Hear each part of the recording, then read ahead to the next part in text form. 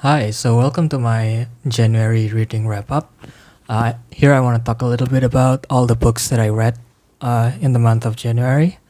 So I didn't actually get to read that much because I had a vacation at the beginning of the month, and for the rest of the month, I had a lot of work to do, which meant that I didn't actually read that much, but I listened to a lot of audiobooks more than other months, I guess. I think this is the first time where I listened to more audiobooks than read, like actual books, if that makes sense. So, yeah, so I want to get into the audiobooks first because there are more of them. I'm just looking at, yeah, the first one is actually part of a series. It's the third book in the Wayfarer series by Becky Chambers called uh, Record of a Spaceborn Few, which is standalone, kind of. Yeah, actually, it's not kind of. Like all the books in that series are standalones, and this was not that great. This was just an average read for me, I think. The reason is that it's a bit different from the rest of the series so far. It's a bit darker, I suppose, and but it's not that like that's not what's causing me to not enjoy it as much as Becky Chambers' other books. I think the storytelling is a bit different, the style, and it didn't work as well for me. So yeah, it was not bad, but it was not something that I will remember, I guess. The next audiobook is actually kind of a modern classic. It's Station 11 by Emily St. John Mandel. So this book is interesting because I have read uh, Emily St. John Mandel's other book, which is less popular, and that is Sea of Tranquility. And I think I like both those books about the same amount.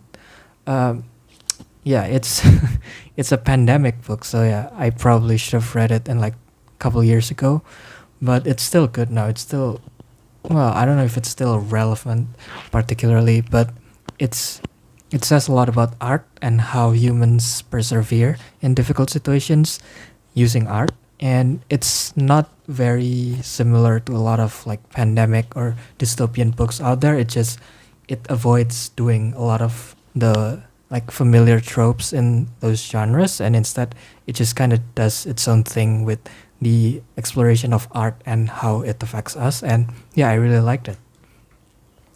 Next, we have a couple of nonfiction. Actually, yeah, a lot of nonfiction, kind of. And the first one is The Will to Change by Bell Hooks. So this is my first Bell Hooks book. I've always wanted to read something from her, and this was, I suppose, the perfect introduction because it's about men, and yeah, it's a lot about masculinity and patriarchy from the point of view of a feminist, but not in like a misandrist kind of like point of view, if that makes sense. And yeah, I just really appreciate how the book like explains some of the things that I've always felt in a way, but I've never been able to articulate. And yeah, it's very useful, I think, for like the average guys to read this because it might allow you to, improve, but not in the, like the Sigma grind set type of improve, I guess, but in a way that is actually substantial and will make things better, not just for you, but for the people around you. And yeah, it's an excellent book. Yeah, again, this I listened to the audiobook. I don't remember the narrator or anything like that, which is probably something I should keep in mind more as I listen to more audiobooks. But yeah, the next audiobook is another nonfiction. It's Bullshit Jobs, a Theory by David Graeber. So I've always been somewhat familiar with Graeber's work. I've always known that he's an anarchist, and I've read some of his articles and stuff, but I've never read any of his books. So yeah, basically David Graeber is one of the people who kind of changed my mind on anarchism, because his way of explaining anarchism is very unique and not at all like what I thought it was. And yeah, I mean, this book isn't really about anarchism. It's just about how a lot of jobs are bullshit and shouldn't exist in the first place. And yeah, it's deeply fascinating, and especially if you read this while you have a job that you think is a bullshit job, then it will be a really great reading experience, I bet. So yeah, another great read or listen, whatever.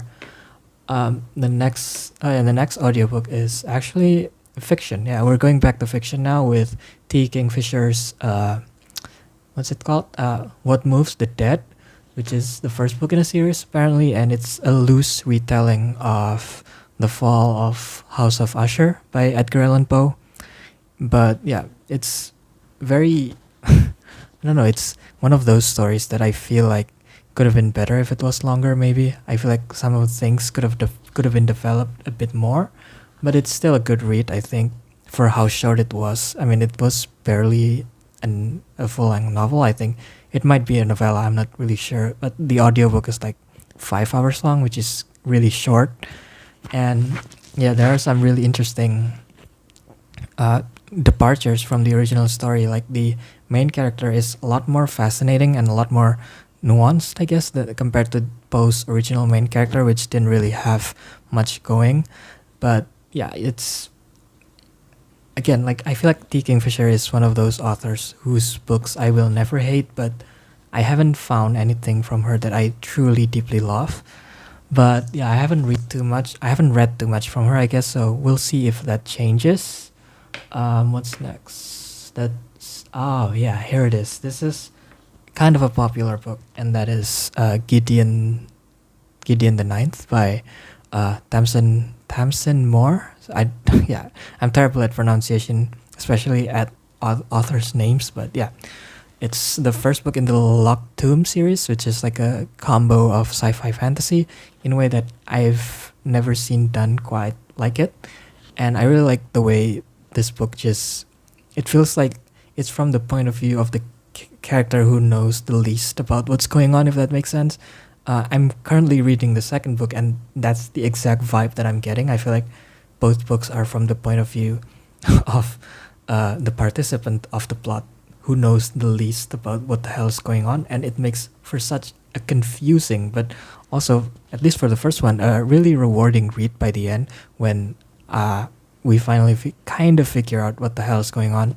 But yeah, I understand why a lot of people don't like this series. It's kind of like divisive, I guess. Those who love it really love it, but those who hate it really hate it, and I kind of understand. But I think I like it. And the reason why I'm reading the second one so soon is not because not because I love the first one so much that I have to read the second one immediately, but it's more so because I was so confused by the first one for a big part of the book, and I feel like if I waited too long, then I will be confused even more than necessary for the second one. So yeah, a good read. Did I read any more audiobooks? Yeah, actually I read one more audiobook, and that is The Raven Tower by Anne Leckie. So I've read all of Anne Leckie's books thus far. I think this was the final one that I've read so far.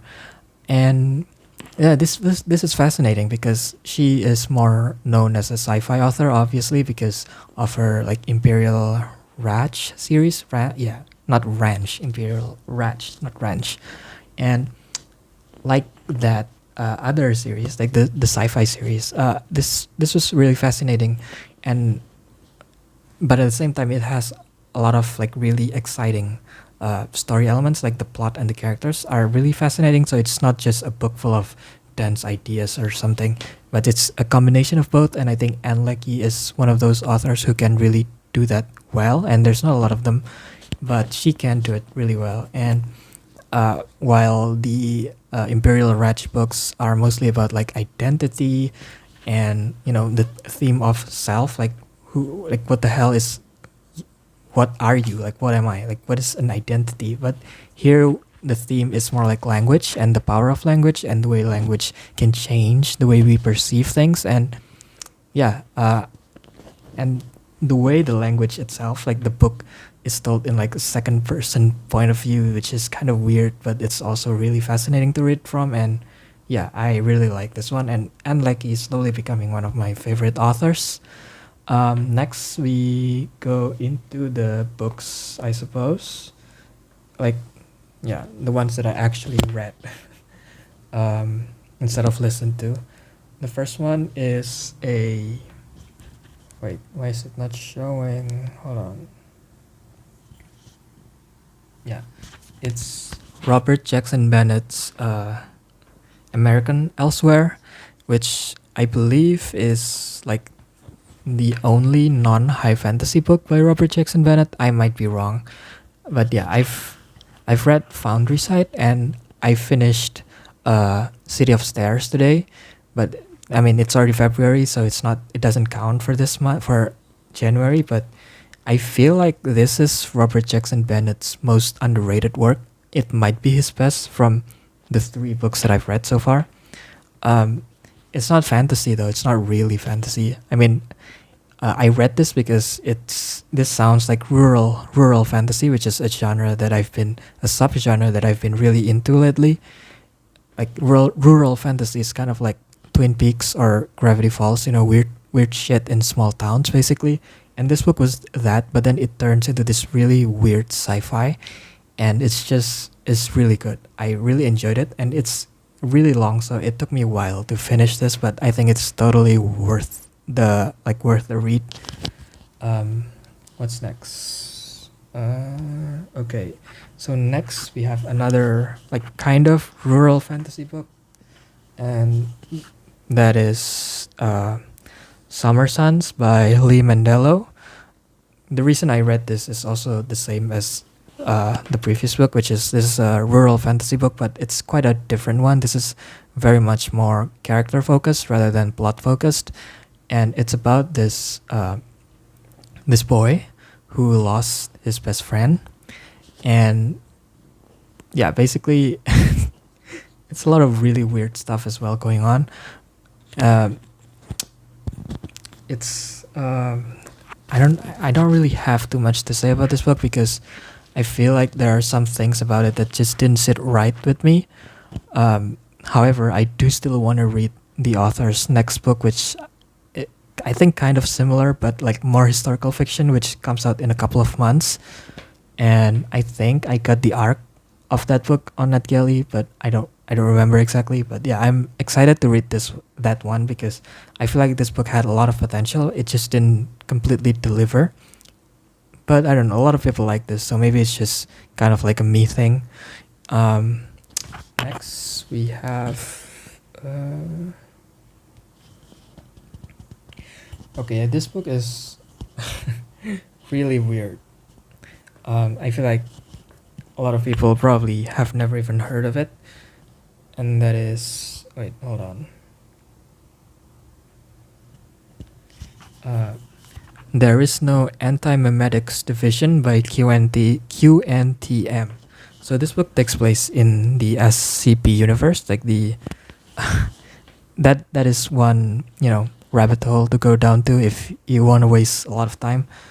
You can Google that yourself, but basically it's about the idea of antimemetics or I don't know how to pronounce it. It's basically the idea that there are things out there that you would not, want to share with others. That's antimemetics, like things that are not meant to be shared. And this book is about living antimemetics, so creatures whose existence are not able to be known by anyone else. And it's such a fascinating exploration of that concept, and it kind of went a bit off the rails by the end, but I still enjoyed it nonetheless. And yeah, this is sci-fi horror, by the way, if that wasn't clear already. What's next? Next, I read a novella by an author whose novel I already liked before, and that is The Tusks of Extinction by Ray Naylor. So this is the novella, the first novella, or maybe not, I don't know, of the author who wrote The Mountains at the Sea a couple of years ago. And while I enjoyed that book, I thought the ideas were really fascinating, but the characters were really thin and one-dimensional. But this somehow fixed it. Like, this has a lot of interesting characters while also having an idea that is very much thoroughly discussed and explored the way sci-fi does best. And even though this is a novella, this is like 100 pages or something. It's really short read, and yeah, I guess that just shows the improvement of the author, the way he can do it in a lot shorter like page count. Next, we have actually an arc that this is a book that there's also a novella that will, but this will come out in a couple of months, I think. The title is kind of long. These Fragile Graces, This Fugitive Heart by Izzy Wasserstein. I don't know how to pronounce names, I'm sorry. But yeah, this is a cyberpunk-ish techno thriller, yeah, about this woman, this trans woman who who is getting hunted by clones of her like pre-transition self, which creates this really, I don't know, weird and interesting discussions about identity, I guess. And I feel like because of that, the way this book uses clones is really unique, and I've never seen it done that way in other medias with clones. And um, it's also kind of problematic, but also, you know, queer people can be problematic too, I guess. Like it, if it's really equal, then yeah, there shouldn't be a problem with queer characters being problematic, which is also what the author said in the afterwards of the book. And yeah, it's a really good read. It's really short, and I finished it in basically a sitting, I think. And yeah, I really enjoyed this one. Next, I read. Wait, I think there's just one more, if I'm not mistaken, and that is this book. It's The Gone World by Tom Sweater-Litch. This is a standalone like sci-fi book that is basically True Detective but sci-fi. The promotional like stuff for this book describes this as a True Detective plus Inception, which doesn't make sense to me. It doesn't feel like Inception in any way. But yeah, just, you know, think of it as True Detective but sci-fi with time travel and like alternate universes and stuff like that. And yeah, this was really good. There is a certain like cosmic horror vibe that you get a little bit from the first season of True Detective, but here you get it, a lot of it, and it's really excellent. And I think the best thing about this book is how the main character is a really good, like a mystery thriller character, like detective type of character. And I feel like a lot of those stories usually don't do well in terms of the main character. I mean, the first season of True Detective is obviously an exception to that, and this is another one. And yeah, it's just really fascinating. The way it does time travel is different than a lot of the others that I've read. And yeah, really good read, and a really good one to end my January with, I think. And yeah, those are the books that I read this month, or I mean last month. This month, I want to try to read more somehow, even though there are less days, but we'll see if that happens, I guess. And yeah, thanks for watching, and hope you enjoyed the video.